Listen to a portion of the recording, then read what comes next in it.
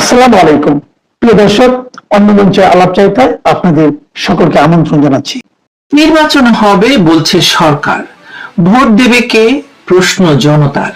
দিনের আলোয় মাইক বাজছে, পোস্টারে ছেয়ে গেছে দেয়াল, কিন্তু রাতে ঘরে ঘরে মানুষ গুনছে ভোটার নম্বর আর ভয়। যে দেশে গণতন্ত্রের প্রথম শর্তই ছিল সবার অংশগ্রহণ, সেই দেশে আজ সবচেয়ে জনপ্রিয় দলকে বাইরে রেখে নির্বাচন অনুষ্ঠান করার ঘোষণা আসছে। আওয়ামী লীগ না থাকলে নির্বাচনটা যে শুধু অসম্পূর্ণ নয়, পুরোটাই অবৈধ, এ কথা বলতে হয় না। জনগণ আগে থেকেই সেটা বুঝে গেছে, জানে। তবু প্রশ্ন উঠছে, কেন এই তাচ্ছিল্য, কেন এই তড়িঘড়ি? কার স্বার্থ রক্ষায় এত বড় দলকে বাদ দিয়ে এমন অখ্যাত এক প্রহসনের আয়োজন করা হচ্ছে, যেখানে বিজয়ী এবং পরাজিতর নাম আগেই ঠিক করা আছে? কে সরকার আর কে বিরোধী দল, কে কটা সিট পাবে, সব নির্দিষ্ট।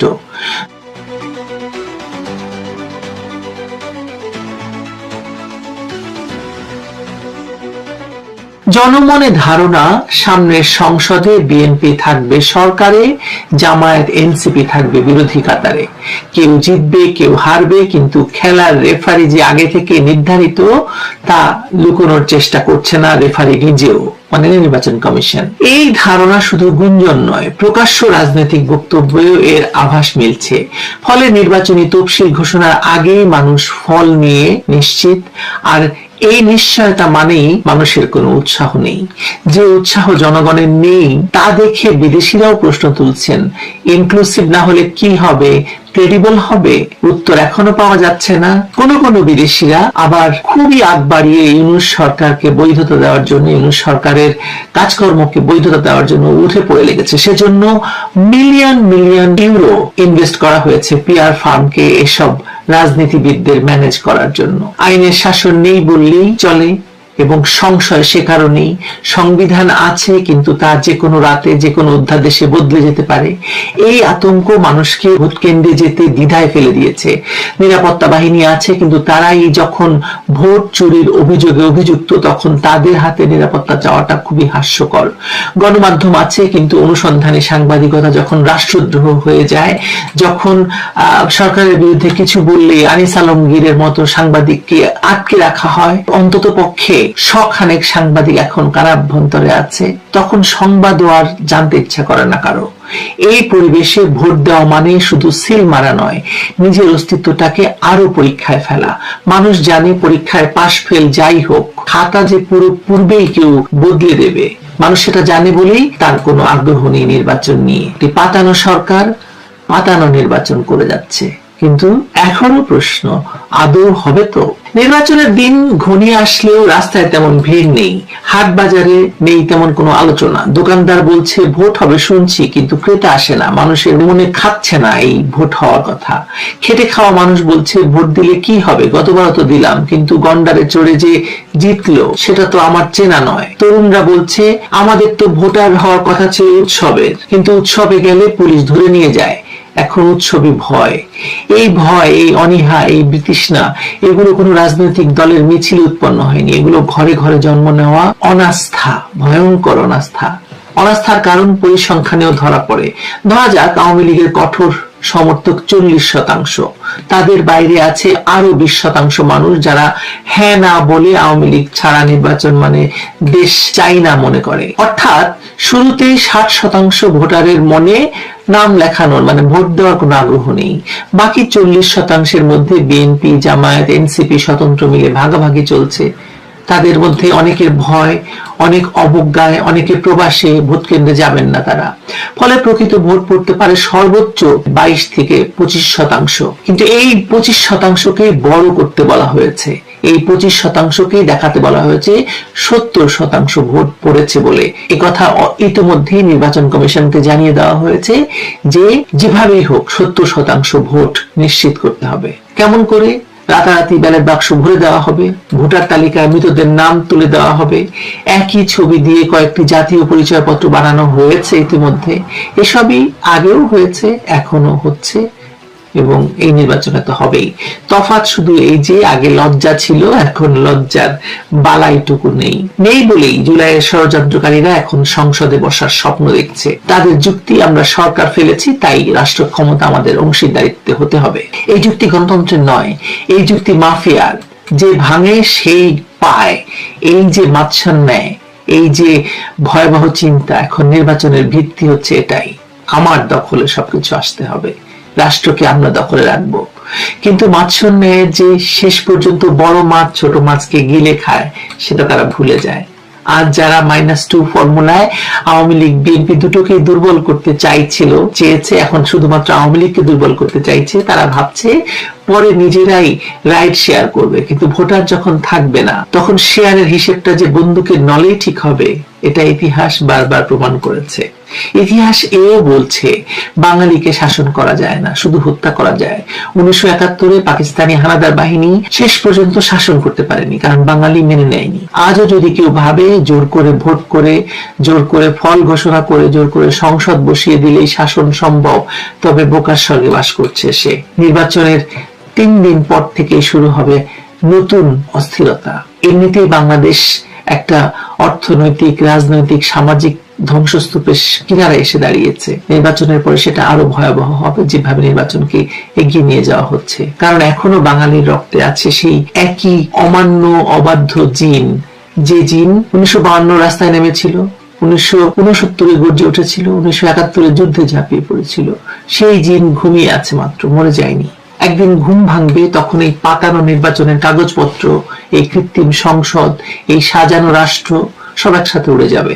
আর তাই উৎসাহ নেই মানুষের। আপনি লক্ষ্য করে দেখবেন, টিভি রিপোর্টেও আপনি দেখবেন না যে নির্বাচনের উৎসাহ আছে কোথাও। সরকার বহু চেষ্টা করে সব উৎসাহ আনার চেষ্টা করছে, কিন্তু উৎসাহ পাওয়া যাচ্ছে না কোথাও। উৎসাহ থাকবে কি করে? যে নির্বাচনে জিতলে জামায়াত আসবে, হারলেও জামায়াত আসবে, সেখানে জয় পরাজয় দুটোই পরাজয়। যে নির্বাচনে বিএনপিকে বলা হচ্ছে জামায়াতের চেয়ে ভালো, সেটা শুনে মানুষ ভাবে ভালো খারাপের মধ্যে ফারাক যদি 2 ইঞ্চি হয়, তাহলে আমার ভোট দিয়ে লাভ কি? যে নির্বাচনে আওয়ামী লীগকে বলা হচ্ছে দূরে থাকো, তাকে আসতে দেওয়া হচ্ছে না কোথাও, তাকে না রেখে নির্বাচন করার ঘোষণা দেওয়া হচ্ছে, সেটা শুনে মানুষ বুঝতে পারছে যে এখানে জোর করে একটি পক্ষকে নির্বাচনের বাইরে রাখা হচ্ছে। এই খেলায় মাঠে নামা মানে নিজের পায়ে কুড়াল মারা। তাই মানুষ মাঠে নামছে না, ঘরে বসে আছে। ঘরে বসে থাকাটাই এখন তাদের প্রতিবাদ। এই নীরব প্রতিবাদ একদিন গর্জন হবে, সেটা ইতিহাসের নিয়ম। এবং আপনি দেখবেন যে আওয়ামী লীগের আমলে 3টি নির্বাচন হয়েছে, এবং এই 3টি নির্বাচনকে আপনারা বলছেন অনিয়মের নির্বাচন, অবৈধ নির্বাচন। কিন্তু তার চাইতেও যে ঘোষণা দিয়ে ইউনূস সরকার ক্ষমতায় এলো, তারা বলল তারা একটি সুষ্ঠু নির্বাচন করবে, অংশগ্রহণমূলক নির্বাচন করবে, এবং সেটি করতে গিয়ে তারা এখন নির্বাচন কমিশনকে নির্দেশ দিচ্ছে 70% ভোটার দেখাতে হবে, যেভাবেই হোক ভোটার টার্ন আউট 70% দেখাতেই হবে। এটা মানুষ যখন জেনে গেছে, মানুষ তখন বলছে আমি গেলেও 70% হবে, না গেলেও 70% হবে, তার চেয়ে না যাওয়াই ভালো। গিয়ে ওখানে বোমায় মারা যাব না অস্ত্রে মারা যাব। অস্ত্র তো দেশে বাংলাদেশে আসছে, এবং যেসব অস্ত্র লুট হয়েছিল তা সেগুলো জমা হয়নি। ফলে সবার হাতে অস্ত্র আছে, সবার ঘরে ঘরে অস্ত্র আছে। কে হায় নির্বাচনে ভোট দিতে গিয়ে মারা যেতে চায় বলে? মানুষ মারা যাওয়ার ভয়ে আছে, জীবনের ভয়ে আছে। এই ভয়ের পরিবেশে নির্বাচন, তারপরে গণতন্ত্র। দুঃখিত, বাংলাদেশের অবস্থা এই। জানালাম, মিলিয়ে নেবেন আপনি আপনার অভিজ্ঞতার সঙ্গে। ভালো থাকবেন সবাই। আসসালামু আলাইকুম ওয়া রাহমাতুল্লাহি ওয়া বারাকাতুহু। সম্মানিত দর্শক, ত্রয়োদশ জাতীয় সংসদ নির্বাচন অনুষ্ঠিত হতে যাচ্ছে 2026 সনের ফেব্রুয়ারি মাসের 12 তারিখে। আজকের দিনের যদি পরিবেশ পরিস্থিতি দেখেন, তাহলে সরকারের পক্ষে যারা এই মুহূর্তে আয়োজন করছেন, তাদের দৃষ্টিভঙ্গি, চিন্তা চেতনা, ভাবসাব সবকিছু দেখলে মনে হয় তারা শতভাগ শক্তি নিয়ে, সামর্থ্য নিয়ে, আন্তরিকতা নিয়ে এই নির্বাচনটি অনুষ্ঠানের জন্য সর্বশক্তি নিয়োগ করেছে। এবং এই নির্বাচনের পথে যত বাধা আসবে, সব বাধা তারা অতিক্রম করবে, আর এই নির্বাচনের মাধ্যমে শান্তিপূর্ণভাবে ক্ষমতা হস্তান্তর করে তারা বিদায় নেবে। অনেকে যারা দীর্ঘদিন ধরে এই সরকারের কর্মকাণ্ড নিয়ে সন্দেহ প্রকাশ করেছিল, যারা সন্দেহ করেছিল যে সরকার 5 বছর থাকবে, 50 বছর থাকতে চায়, এত সহজে যাবে না, কিন্তু ইদানিংকালে ডক্টর মোহাম্মদ ইউনূস এবং তার যারা সঙ্গী সাথী রয়েছেন, তাদের যে দৃষ্টিভঙ্গি, তাদের যে বাস্তব কর্মকাণ্ড, তাতে মনে হচ্ছে যে প্রিলিমিনারলি দ্বিতীয় বিশ্বযুদ্ধের পর ভারতকে স্বাধীনতা দেওয়ার জন্য যেভাবে পাগল হয়ে গিয়েছিলেন এবং ভারতের শেষ ভাইসরয় লর্ড মাউন্টব্যাটেন যেভাবে তড়িঘড়ি করে ভারতের মধ্যে বিভক্তি ঘটিয়েছিলেন, যেভাবে আফগানিস্তান, পাকিস্তান, বাংলাদেশ, ভারত এই সীমানাগুলো চিহ্নিত করে তড়িঘড়ি করে যেভাবে ভারতকে স্বাধীনতা দিয়ে তারা চলে গিয়েছিলেন, ঠিক একই অবস্থা এখন বর্তমান সরকারের ক্ষেত্রে প্রযোজ্য। এখন তাদের অবস্থা হয়ে গেছে যে ছেড়ে দেমা কেঁদে বাঁচি। কিন্তু সমস্যা কোথায়? এক্ষেত্রে তো করে আমাদের সকলের খুশি হওয়া উচিত ছিল। আমরা যারা সাধারণ জনগণ, আমরা তো যে কোনো মূল্যে একটা গণতন্ত্র চাই, সুন্দর একটা নির্বাচন চাই, বাংলাদেশে নির্বাচনের মাধ্যমে একটি ভালো সরকার আসুক, তারা দেশ পরিচালনা করুক, তাদের ব্যর্থতাগুলো জনগণের ব্যর্থতা, তাদের সফলতাগুলো জনগণের সফলতা, এটাই গণতন্ত্রের ভাষা। কিন্তু বাস্তবে কিন্তু সেটা হচ্ছে না। এর কারণ হলো যে এই মুহূর্তে সরকার তাড়াহুড়ো করতে গিয়ে যে আচরণগুলো করছে, তাতে করে স্পষ্টত বোঝা যাচ্ছে যে তারা একটি বিশেষ দলকে ছাড় দিতে চাচ্ছে। এবং এর ফলে কি হলো, তাদের দীর্ঘদিনের মিত্র জামায়াত ইসলামী এবং অন্যান্য যে সকল সংগঠন ছিল এনসিপি সহ, তাদের জন্য এটা ইজ্জতকা সওয়াল হয়ে পড়েছে। এবং গত 17 মাস ধরে ইউনূস সরকারের সকল কর্মকাণ্ডে তারা নৈতিক সমর্থন জুগিয়েছে, লজিস্টিক সাপোর্ট দিয়েছে এবং এই সরকারের হাতকে শক্তিশালী করার জন্য গোপন এবং প্রকাশ্যে যা কিছু করা দরকার সব কর্মকাণ্ড তারা করেছে। সেটা মব বলেন, বিএনপিকে কোণঠাসা করে বলেন, আওয়ামী লীগকে দেশ ছাড়া করতে বলেন, সবকিছুর মূলেই জামাত, এনসিপি এবং সরকারের মধ্যে যেটা মতানৈক্য ছিল, সেই মতানৈক্যের প্রেক্ষিতে ডক্টর মোহাম্মদ ইউনূসের কাছে জামাত, এনসিপির একটা কনসিডারেশন আছে, একটি আকাঙ্ক্ষা আছে, একটি দাবি আছে, একটি হক আছে। সেই হক হলো যে জামাত এবং এনসিপিকে রাজনৈতিকভাবে প্রতিষ্ঠিত করতে হবে এবং তাদের যে কর্মকাণ্ড গত 17 মাসে, এই কর্মকাণ্ডের একটা ইন্ডিমিউনিটি দিতে হবে এবং আগামীতে যারাই রাষ্ট্র ক্ষমতায় আসুক, সেই সরকারে জামাত এবং এনসিপির একটা অংশগ্রহণ থাকতে হবে শতভাগ, অথবা জামাত এনসিপি সরকার গঠন করবে। এরকম একটা বিশ্বাস নিয়ে, এরকম একটা আস্থা নিয়ে, এরকম একটা কোঅপারেশন নিয়ে গত 17 মাসে অনেক যে রাজনীতির উত্থান পতনে, রাজনীতির মেরুকরণে যমুনার যে জোয়ার ভাটা কখনো ডানে গেছে, কখনো বামে গেছে। এখন সেই যমুনার যে স্রোত, সব কিছু বাদ দিয়ে, নদী, নালা, খাল, বিল সবকিছু বাদ দিয়ে একটি বিশেষ জায়গাতে ধাবিত হচ্ছে বলে জামাতের লোকজন, এনসিপির লোকজন তারা গোস্বা করেছে। এবং সঙ্গত কারণেই সরকার যে তাড়াহুড়ো করছে, সেই তাড়াহুড়ো করে বিএনপির কাছে যত দ্রুত ক্ষমতা হস্তান্তর করা যায়, তারেক রহমান সাহেবকে যত দ্রুত প্রধানমন্ত্রী বানানো যায়, তার জন্য সরকারের সর্বোচ্চ চেষ্টা।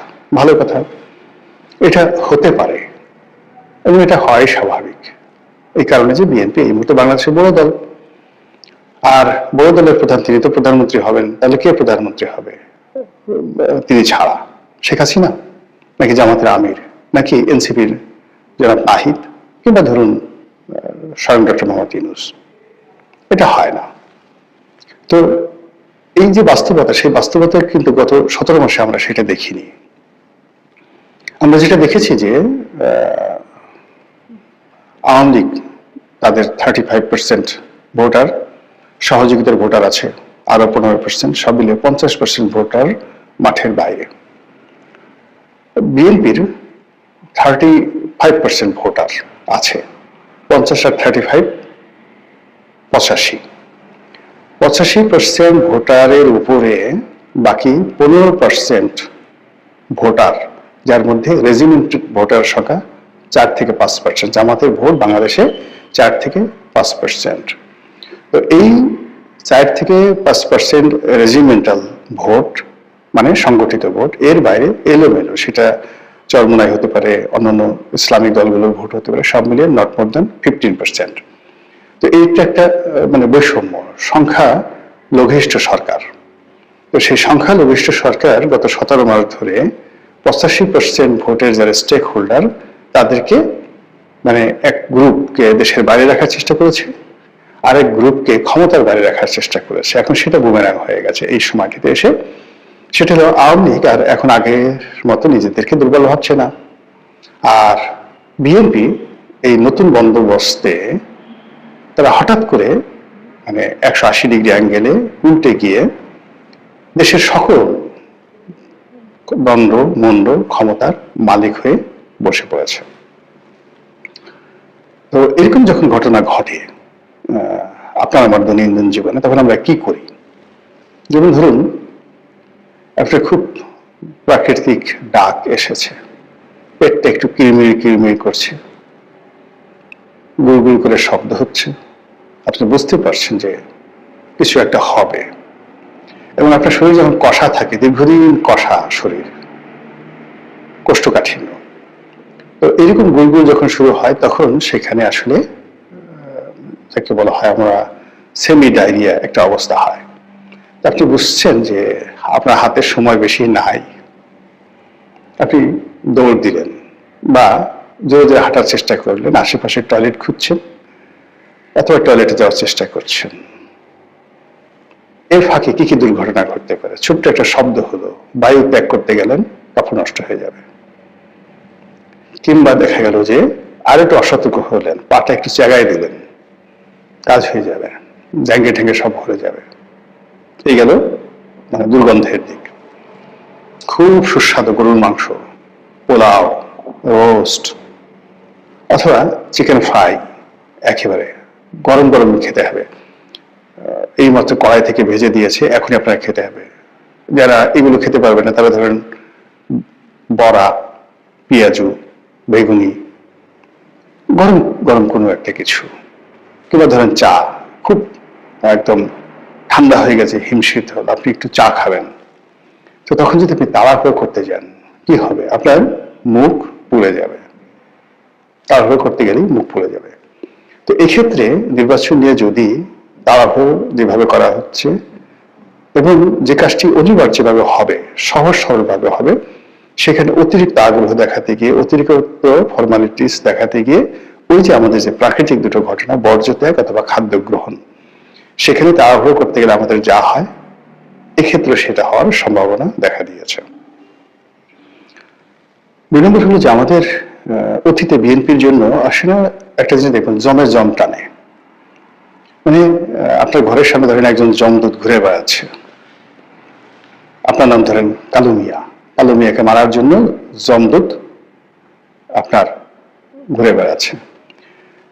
পাশের বাড়ির টিডিক্কা, তাকেও মারার জন্য আরেক জমদূত ঘুরে বেড়াচ্ছে। এখন 2 জমদূতের মধ্যে হঠাৎ দেখা সাক্ষাৎ হয়ে গেল। তো তারা মিলিয়ে দেখলো যে কালু মিয়া এবং টিডিক্কা এই দুজনকে মারার জন্য তাদের ভিন্ন ভিন্ন সময়। তো কাজে একা কষ্ট না করে 2 জন সদল বলে এসে প্রথমে কালুকে মারলো, তারপরে 2 জন জমদূত সেই যাকে বলা হয় গিয়ে একসাথে টিডিক্কাকে মারলো। এটা বলা হয় এই কারণে যে এই যে প্রাকৃতিক কিছু বিষয় থাকে, একটি সমস্যা আর একটা সমস্যাকে আরো বড় করে তোলে, জমজমকে টানে। তো সেই দিক থেকে কিছু সময়, কিছু ঘটনা, কিছু কাহিনী, এটি বেসিক্যালি একটি জম আর এক জমকে টেনে নিয়ে আসে। আওয়ামী লীগের জন্য যেমন ভারতের বন্ধুত্ব, এটি জমের মতো, আবার বিএনপির জন্য জামাতের বন্ধুত্ব, পাকিস্তানের বন্ধুত্ব, এটাও জমের মতো। তো সেই দিক থেকে যদি সময় বিবেচনা করেন, বিএনপির জন্য ফেব্রুয়ারি মাসটি ভালো না। আপনি দেখুন বিএনপি প্রতিষ্ঠিত হওয়ার পর থেকে আজ পর্যন্ত আপনি সেই 1976 সনের ফেব্রুয়ারি মাস থেকে প্রতি বছর হিসাব করে দেখেন, বিএনপির জীবনের যত দুর্ভোগ এবং দুর্দশা এই ফেব্রুয়ারি মাসে হয়েছে। সেই তুলনায় ফেব্রুয়ারি মাসে তাদের সৌভাগ্যের যে পরিণতি খুব মানে সৌভাগ্যের যে লক্ষণ খুব অল্প। আবার অন্যদিকে যদি আপনি জামাতের জন্য যদি সময়টা ধরেন, তবে জামাতের জন্য নভেম্বর ডিসেম্বর মাস হলো জম, ভীষণ রকম খারাপ সময়। আওয়ামী লীগের জন্য আগস্ট মাসটি খুব খারাপ সময়, ভীষণ রকম খারাপ সময়। তাদের যত দুর্ভোগ দুর্দশা এই আগস্ট মাসই হয়েছে, সেই 1947 সালে ছাত্রলীগের মাধ্যমে। এনিওয়ে, বিএনপির যে একটা নির্বাচন হয়েছিল 1996 সালে, সেই নির্বাচনটি ছিল 15 ফেব্রুয়ারির একতরফা নির্বাচন। আপনাদের কি মনে আছে সেই নির্বাচনটা কেন হয়েছিল? ওই সময়টিতে একটি পার্লামেন্ট ছিল এবং সেই পার্লামেন্টের বাইরে রাজপথে রাজনৈতিক দলগুলো তারা তত্ত্বাবধায়ক সরকার ব্যবস্থা প্রবর্তনের জন্য আন্দোলন করছিল। কারণটা কি? মাগুরাতে একটা বিতর্কিত নির্বাচন হয়েছিল। সেই নির্বাচনে ভোট র্যাগিং থেকে শুরু করে ক্ষমতা প্রয়োগ করে তারপর সেখানে একজন প্রার্থীকে জিতিয়ে আনা হয়েছিল। এর বাইরে আরেকটা নির্বাচন হয়েছিল ঢাকার তেজগাঁয়ে, একটা উপনির্বাচনে বাই ইলেকশনে মোসাদ্দেক আলী ভালুকে জেতানোর জন্য বিএনপি প্রশাসনকে ব্যবহার করে যে কাজ করেছিল, এর ফলে বিরোধী দলগুলো মনে করলো এই সরকারের অধীনে কোনো নির্বাচন হতে পারে না, তত্ত্বাবধায়ক সরকারের দাবিতে তারা আন্দোলন গড়ে তুলল। এবং এই আন্দোলন এসে এমন একটা পর্যায়ে পৌঁছে গেল যে আওয়ামী লীগ, জামাত থেকে শুরু করে সংসদের সকল বিরোধী দলগুলো এক হয়ে গেল এবং তারা একসঙ্গে পদত্যাগ করলো। বিএনপি সর্বশক্তি নিয়োগ করলো, তাদেরকে দমানোর জন্য কিচ্ছু হলো না। নির্বাচনের শিডিউল হলো, সমস্ত দলগুলো নির্বাচন বর্জন করলো। ফলে বিএনপিকে একা নামকা ওয়াস্তে একটা নির্বাচন করতে হলো।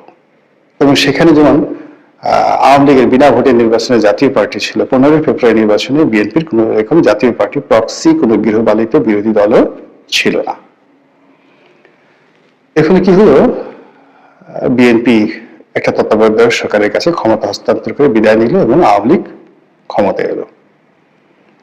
এখন ধরুন সবকিছু ঠিক হচ্ছে, এই আগে যে ইগোরগুলো বললাম সেই ইগোরগুলো আছে, রাজনীতির মেরুকরণ আছে, তারপরে দেশি বিদেশি নানা রকম চক্রান্ত আছে। সেই চক্রান্তের এমন পর্যায়ে এসে বাংলাদেশে কিন্তু দুটো গ্রুপ হয়ে গেছে। বিএনপির সঙ্গে যারা যারা থাকবে তারা সেটেলড হয়ে গেছে, আর জামাতের সঙ্গে যারা থাকবে তারাও সেটেলড হয়ে গেছে। এখন আপনি চিন্তা করুন যে বিএনপির সঙ্গে যারা আসছে বন্ধু হিসেবে তারা খুব ছোট দল, এরা ব্যক্তিগতভাবে দুর্বল আর তাদের লোকজন তেমন একটা নেই। যেমন ধরুন হেফাজতের জোনায়েদ হাবিবি, নুরুল হক নুরু, তারপরে সেই আন্দালিব রহমান পার্থ, মানে এ সকল রাজনৈতিক দলের যারা বিএনপির সঙ্গে সাইফুল বিপ্লবী যে ওয়ার্কার্স পার্টির সাইফুল হক, তো তারা কিন্তু এক একজনে মানে গড়ে 200-300 লোকের বেশি জোগাড় করতে পারবে না যদি একসঙ্গে বিএনপির পক্ষে লোক নিয়োগ করতে বলা হয়। কিন্তু এখন পর্যন্ত যদি আপনি ধরেন হেফাজতের যে অংশটি জামাতের সঙ্গে আছে, ইসলামিক যে দলগুলো জামাতের সঙ্গে আছে, জামাত নিজে এবং চরমোনাই, তারা সবাই কিন্তু যে কোনো সময় 50,000 লোক আলাদা আলাদা ভাবে তারা সমাবেশ ঘটাতে পারবে। এবং এই যে 3 থেকে 4টি দল যদি 50,000 করে 3 থেকে 4টি স্পটে 3টি সমাবেশ করে, একত্রে না আলাদা আলাদা করে, বলেন তো কি হতে পারে সেখানে? এবং সামনে যে ইগো এসে গেছে রাজনৈতিক দলগুলোর মধ্যে, এক পক্ষ ধরে নিয়েছে তারা ক্ষমতায় চলে এসছে, আর এক পক্ষে তারা ধরে নিয়েছে যে তারা ক্ষমতায় যাচ্ছে না। যেহেতু ক্ষমতায় যাচ্ছে না, ক্ষমতায় গেলে ডলা খেতে হবে, জেলে যেতে হবে, গত 17 মাসে 18 মাসে কি করেছি এগুলো সব হিসাব দিতে হবে, তাহলে শেষ চেষ্টাটা একটু করা যাক। এবং সেই চেষ্টাটি যদি 1996 সালের ফেব্রুয়ারি মাসের সেই সময়টিতে সকল রাজনৈতিক দলগুলো বিএনপির বিরুদ্ধে যা করেছিল সেই কাজগুলো হয়, তাহলে বলেন তো পরিস্থিতি কিভাবে বিএনপি সামাল দিবে, কিভাবে ডক্টর মোহাম্মদ ইউনূস সামাল দিবে, আর কিভাবে ফেব্রুয়ারি একটা নির্বাচন সুন্দরভাবে হবে? জাস্ট প্রশ্ন, নাথিং। কোনো মন্তব্য করলাম না, শুধু প্রশ্ন করলাম। আপনারা নিজেই এর উত্তর খুঁজে বেড়ান এবং দৈনন্দিন যে আমাদের পরিবেশ পরিস্থিতি সেটা অবলম্বন করতে থাকুন। মহান আল্লাহ আমাদের সবাইকে হেদায়েত দান করুন এবং হেফাজত করুন। আসসালামু আলাইকুম ওয়া রাহমাতুল্লাহি ওয়া বারাকাতুহু।